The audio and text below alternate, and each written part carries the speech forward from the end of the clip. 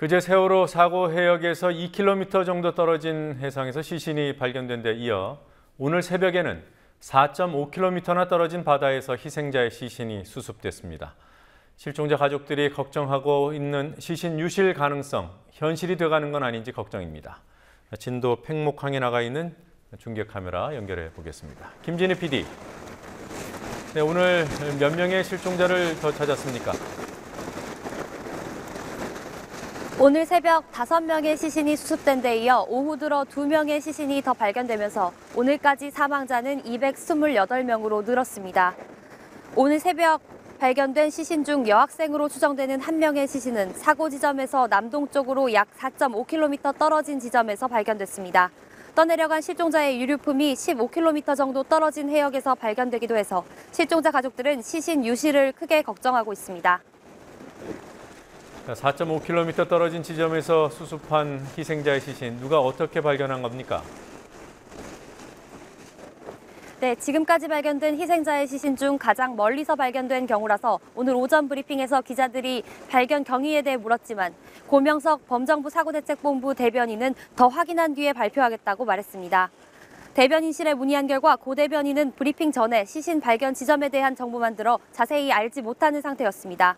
오후 3시 45분에야 나온 대책본부 보도자료에 따르면 오늘 새벽 5시쯤 잠수 요원이 희생자를 수습해서 수면으로 올라오던 중 강한 조류로 수면 가까이에서 시신을 놓쳤고 1시간 반가량 주위를 집중 수색한 결과 사고 지점에서 4.5km 떨어진 곳에서 해경 함정이 시신을 발견해 수습했습니다. 시신 유실이 언제 어떻게 이루어진 것으로 보냐는 질문에도 지금으로서는 확실하게 말할 수 없다고 대책본부 관계자가 말했습니다. 실종자 가족들이 가장 염려하는 부분인 시신 유실에 대해 대책본부에서 제대로 파악하지 못하고 있는 모습입니다. 이 시신 유실을 막기 위한 태스크포스가 가동 중인 것으로 알고 있습니다. 언제 꾸려진 거죠? 민간 합동 희생자 유실 방지 태스크포스가 지난달 28일 구성됐습니다. 이 태스크포스 관계자는 사고 지점에서 약 8km 안쪽은 해경이, 바깥쪽만 태스크포스가 담당한다면서 삼중으로 면밀히 수색하고 있다고 밝혔지만 이 수색 시스템 중 쌍끌이 저인망은 사고 발생 후 3일 후인 지난달 19일에 설치됐고 27일에 풍랑주의보로 철수한 적도 있습니다. 강준석 희생자 유실 방지 태스크포스 부단장은 오늘 브리핑에서 시신이 사고 첫날인 지난달 16일에 유실됐다면 60에서 70km 정도 떠내려갔을 것이라고 추정했습니다.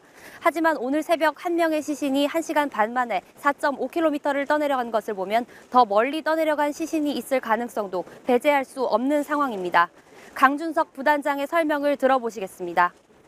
만약에 사고 당일날 시신이 유실되었다고 가정했을 때 한 60-70km 정도 가지 않았겠느냐 해서 저희들이 그 관공선 항공기를 동원해서 60-70km 밖에 부분해서 안쪽까지 전부 이렇게 수색을 면밀히 하고 있습니다. 네.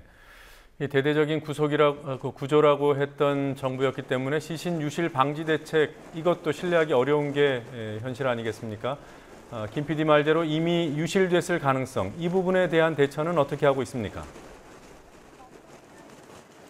범정부 사고대책본부는 사고 해역 인근 200여 개 무인도 주변 수색을 강화하겠다고 밝혔습니다. 조업이 금지되는 기간인 5월 16일부터 한 달간 낭장망 어구를 설치하도록 허용하는 등 시신 유실에 적극적으로 대비할 예정입니다. 오늘 정홍원 국무총리 주재로 열린 시신 유실 대책회의에서는 촘촘한 그물망을 이용해 유속을 줄이는 방안도 논의됐습니다. 네, 유속 줄이는 방안도 이제 논의를 하는군요. 수색에 대한 얘기 해보겠습니다. 민간 잠수부들이 부족하다는데도 아직 민간 잠수부들 투입이 안 되는 겁니까?